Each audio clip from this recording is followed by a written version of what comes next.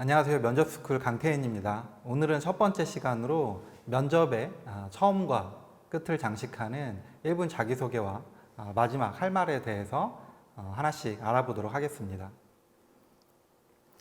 우선 여러분들이 면접을 앞두고 가장 먼저 준비하는 거죠. 1분 자기소개. 그래서 친구들이 굉장히 어려워하는 친구들도 많고 어떻게 준비를 해야 되는지 고민을 하는 친구들이 많은데 이 시간에 하나씩 좀 알아볼게요. 우선 1분 자기소개의 5가지 진실에 대해서 하나씩 살펴보겠습니다. 첫 번째는 1분 자기소개는 가급적이면 1분을 넘기지 않는 것이 중요합니다. 말이 1분 자기소개지 여러분들이 실제로 면접에서 자기소개를 하다 보면 시간이 초과되는 경우도 많고 또 간혹 시간이 턱없이 부족한 경우도 많이 생기거든요. 그래서 여러분들이 기본적으로 45초를 기준으로 자기소개를 준비하는 것이 좋습니다. 많은 친구들이 1분 자기소개에 굉장히 많은 것들을 담으려고 노력을 하거든요. 근데 자기소개는 면접관들이 주로 이제 서류를 체크하는 시간입니다. 귀로만 자기소개를 듣기 때문에 여러분들이 너무 무리하게 많은 것을 담으려고 하기보다는 45초 내외로 해서 좀 키워드 하나로 심플하게 준비를 하는 것이 좋습니다. 두 번째, 자기소개 같은 경우에는 비언어적인 요소가 굉장히 강하다는 것입니다. 이게 무슨 말이냐면 여러분 주변 친구들이 똑같은 얘기를 한다 하더라도 토시 하나 안 틀린 내용을 얘기하더라도 어떤 친구와 얘기할 때는 굉장히 재밌고 또 어떤 친구와 얘기할 때는 똑같은 내용이라 하더라도 전혀 재미가 없는 경우가 있거든요. 그러니까 자기소개 같은 경우에는 여러분들의 목소리 톤 그리고 표정 내용의 이해도에 따라서 굉장히 전달되는데 큰 차이가 생깁니다. 그러니까 이 부분 때문에 여러분들이 자기소개 시나리오를 구성하는 데 있어서 너무 신경을 쏟을 필요가 없다라는 거예요. 간혹 취업을 준비하는 친구들은 선생님한테 카톡으로 그런 부분들을 많이 보내거든요. 내 1분 자기소개 시나리오가 이런 부분들이 있는데 이것 좀 봐주세요 하는 부분들이 있습니다. 근데 여러분들이 이 자기소개서하고 다르게 자기소개는 말로 하는 부분이기 때문에 여러분들이 너무 이 시나리오에 대해서 집중하기보다는 비언어적인 요소에 좀 더 집중해 주시는 것이 훨씬 효과적입니다. 다음으로 그렇기 때문에 여러분들이 스크립트를 너무 상세하게 짤 필요가 없습니다. 이 스크립트를 너무 상세하게 짜려다 보면은 스크립트를 통으로 외우려고 하는 경향이 생길 수밖에 없거든요. 그래서 여러분들이 스크립트를 상세하게 짜기보다는 메인 키워드를 놓고 그때그때 내가 말을 할 때마다 다른 버전으로 얘기할 수 있도록 여러분들이 간략하게 메인 키워드 중심으로 구성을 해 놓고 나머지 부분들은 말을 할 때마다 뉘앙스가 조금 다를 수 있도록 준비를 해주는 것이 훨씬 효과적입니다. 다음으로 제가 계속 키워드에 대한 얘기를 했는데 키워드도 굉장히 여러 가지가 있죠. 내가 지원 동기가 지원하는 부분에 있어서 매칭이 되면 지원 동기를 중심으로 구성을 해도 되고 내가 지금 지원하는 직무나 기업과 굉장히 매칭이 되는 경험이 있으면 경험 중심으로 내용을 구성해줘도 괜찮습니다. 근데 내가 동기라든지 경험이 좀 마땅한 게 없다라고 할 때는 여러분들의 가치관이라든지 장점 성향적인 측면을 부각시켜 가지고 구성을 하셔도 무방합니다. 그리고 마지막으로 이 면접이라는 것은 여러분들 입 밖으로 나와야지 의미가 생기는 것이거든요. 그래서 내용을 구성하는 데 집중을 하기보다는 여러분들이 직접 말로 해가지고 녹음해봐서 들어보기도 하고 또 그 내용들을 친구들이나 전문가들 앞에서 얘기를 하면서 이 내용이 나한테 지금 잘 맞는지 얘기가 잘 들리는지 내 이미지에 좀 부합되는지 이런 부분들을 체킹을 하는 것이 굉장히 중요합니다. 그래서 1분 자기소개 같은 경우에는 이 5가지 부분들을 여러분들이 꼭 기억을 해 두시고 준비를 하실 때 이 부분을 염두에 두고 구성을 하시면 좋습니다. 그러면 여기서 1분 자기소개를 이렇게 선생님이 말로만 얘기해서는 여러분들이 이해하기 좀 어려울 수 있기 때문에 예시를 통해서 어떻게 구성을 해야 되는지 하나씩 좀 살펴볼게요. 여러분들이 자기소개에 구성된 부분들을 한번 눈으로 읽어보시고 제가 좀 말씀을 드릴게요. 삼성전자에서 디지털 엔지니어를 꿈꾸며 다양한 활동을 통해 이론적 지식과 실무적 경험을 두루 갖출 수 있었습니다. 전공 과목 및 학부 연구생 경험을 바탕으로 기업 인턴 경험을 쌓으며 기본적인 역량을 키울 수 있었고, 관련 자격증 획득 및 프로젝트 참여를 통해 엔지니어에게 무엇이 필요한지 알 수 있었습니다. 기본적으로 이렇게 자기소개를 준비하는 친구들이 많습니다. 굉장히 무난하게 진행이 되는 측면이죠. 이 자기소개가 잘못됐다는 것이 아니라 여러분들이 명확한 하나의 컨셉이 필요하다는 거예요. 두루두루 얘기하는 것보다는 내가 강점이 경험에 있으면 경험 쪽에 좀 치중을 해주고, 그 성향적인 강점에 있으면 그쪽에 좀 치중을 해주시면 좋은 거죠. 조금 바꿔보면 이렇게 바꿀 수 있습니다. 현장에서는 다양한 이슈들이 발생합니다. 학부 전공을 통해 배웠던 전공과 프로젝트 경험은 실제 대응하고 적용하고 싶다는 생각 하나로 선택했던 것이었습니다. 향후 현장에서의 불량률 발생 시 전공 이론은 기본기로 하되 발생되는 문제에 대해서 효율적으로 대처할 수 있는 유연한 자세로 임하겠습니다. 내가 경험 쪽, 이 전공이라든지 경험에 좀 특화된 부분이 있다고 한다면 이 부분에 매칭을 시켜가지고 확실한 컨셉을 잡는 것이 훨씬 효과적입니다.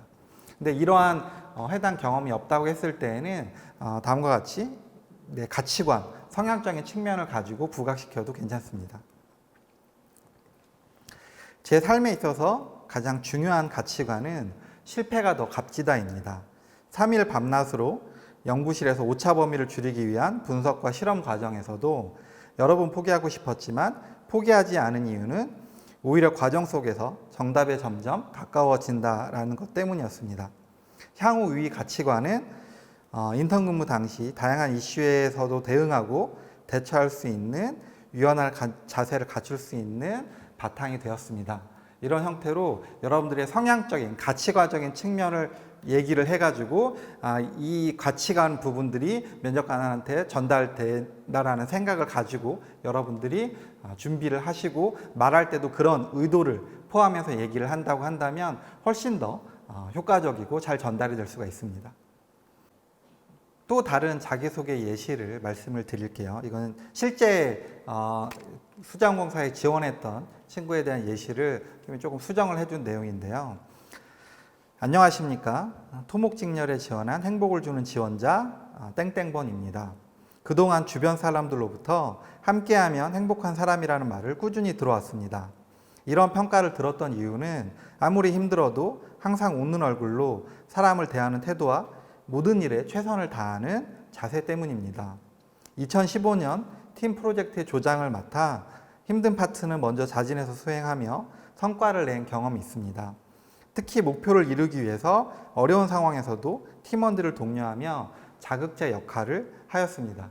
이 친구가 여기에서 이제 강조하고자 하는 부분은 팀 단위 프로젝트를 할 때 힘든 상황에서 본인이 거기에 굴하지 않고 팀원들을 오히려 끌고 갈 수 있고 힘든 상황을 긍정적으로 해석할 수 있는 그런 키워드를 보여주고자 이런 멘트를 날린 거거든요. 여러분들이 1분 자기소개를 할 때는 내 스스로 마인드에다가 이러한 부분들을 전달을 해야겠다라는 생각을 확실하게 가진 이후에 말을 할 때도 그 부분을 생각하면서 얘기를 해야지 내 말에 힘도 들어가고 상대한테 전달해 줄 수 있습니다. 그 다음으로 이어서 한편 네팔에 봉사를 갔었던 시간들은 제게 수많은 질문과 동시에 깨달음을 주었습니다. 가장 큰 깨달음은 인프라 구축의 중요성입니다. 네팔은 높은 수자원 보유량에도 불구하고 개별 급수가 되지 않고 노기 승분이 나오는 지역이 많았습니다. 수자원의 효율적 활용에 있어 제대로 된 인프라 구축이 우선임을 절실히 느꼈습니다. 또한 직접 마을 상수도 복구 작업을 진행하며 현장 경험도 쌓을 수 있었습니다. 이 친구 같은 경우에는 이 해외 봉사를 연결한 거죠. 해외 봉사에서 내가 우연히 했던 그 활동 중에 하나를 이쪽으로 끌고 와가지고 연결을 시킨 겁니다. 그리고 이제 마지막에 이 친구가 좋아하는 말로 마무리를 하는 거죠. 고대 그리스 철학자 탈레스는 만물의 근원은 물이다라고 했습니다.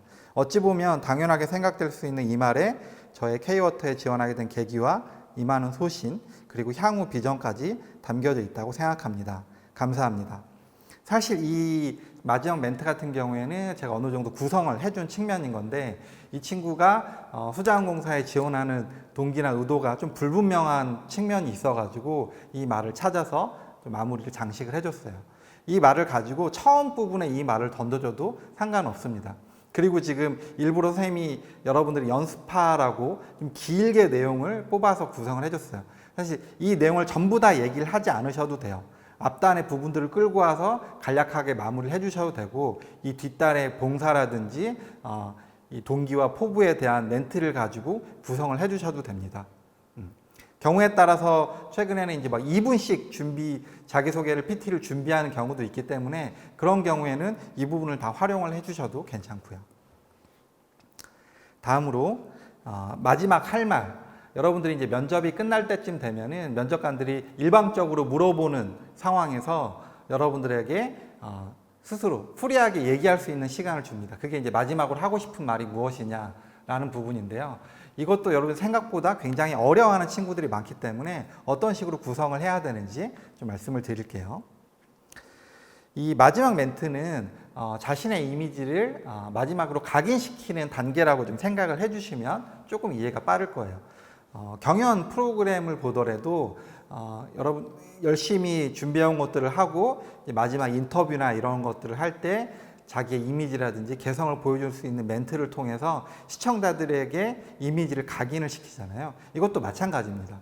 마지막으로 비유라든지 아니면 본인의 성향, 취미, 생활 등을 통해 가지고 연결을 해서 이미지를 각인시켜 줄 수 있는 부분이에요.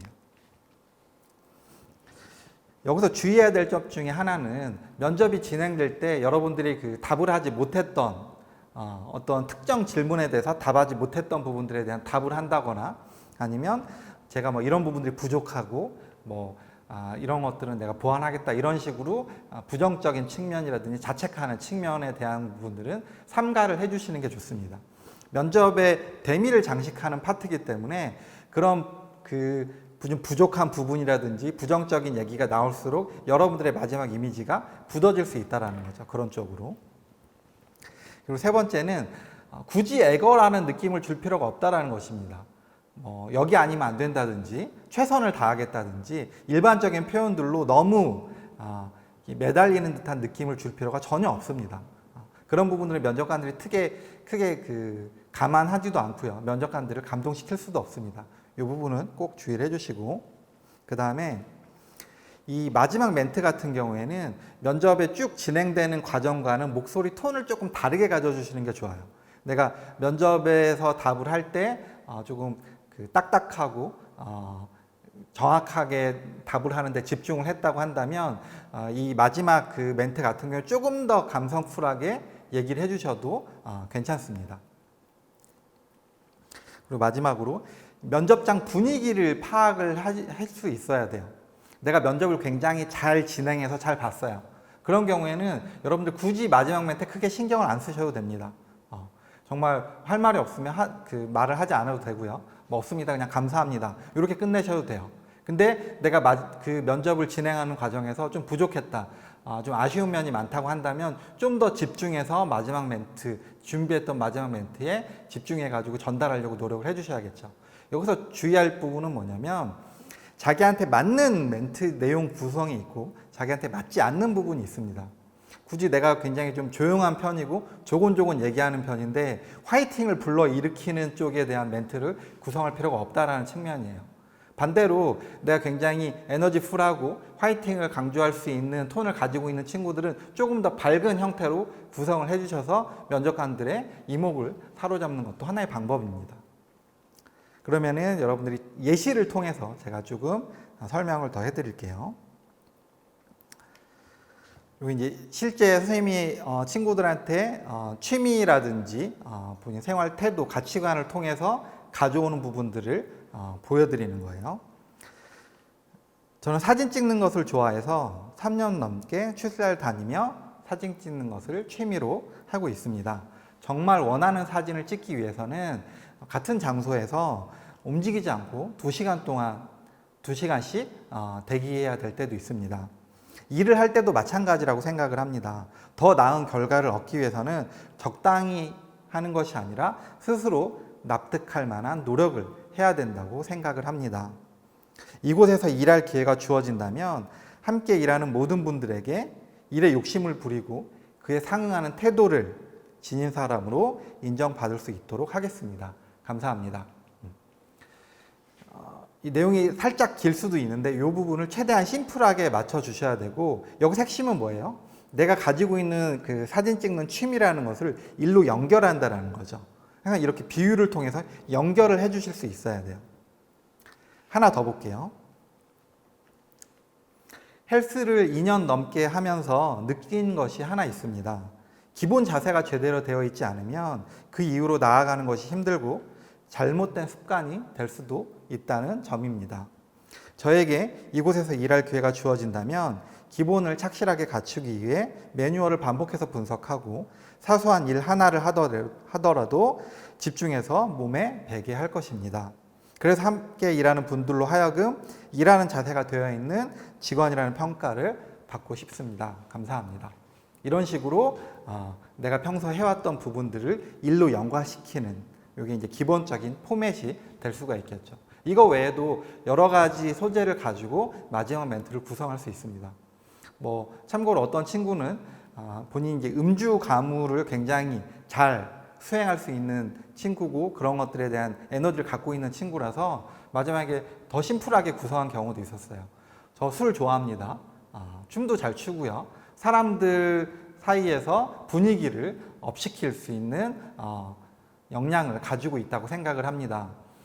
일을 할 때도 집중해서 하겠지만 회식이라든지 팀원들이 많이 모여있는 자리에서 제 에너지를 통해서 분위기를 끌어올 수 있는 역할을 보여드리고 싶습니다. 감사합니다. 이런 식으로 본인에게 맞는 마지막 멘트를 구성한 사례도 있습니다.